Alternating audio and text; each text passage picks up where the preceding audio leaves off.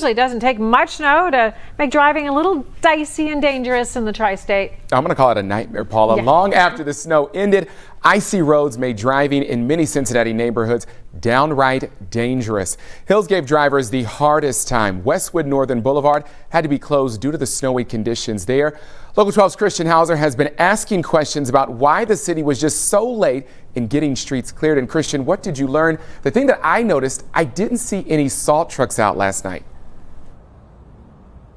You're going to find the answer to that in just a second, Kyle. It's definitely not because there isn't any salt here behind me at the city supply barn. There's plenty in there. The city actually says that it was a combination of a couple things that led to many of those streets not being treated overnight or not at all until hours after that snow stopped.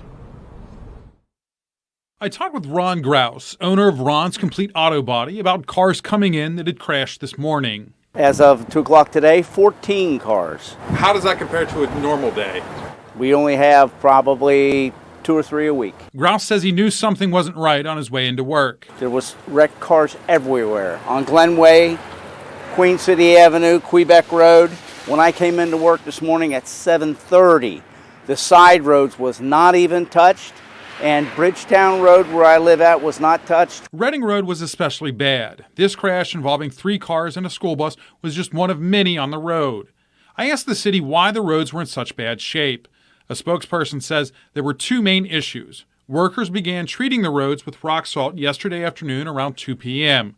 I'm told around 6 p.m., though, the wet snow melted away that salt as it came in contact. Then the temperature dropped as night fell and all that melted snow began to freeze. Here's the other problem: not enough workers. The spokesperson says with the standard complement of 70 drivers currently down to 47 drivers due to COVID-19 related illness or exposure quarantine, staffing shortages have impacted our pace.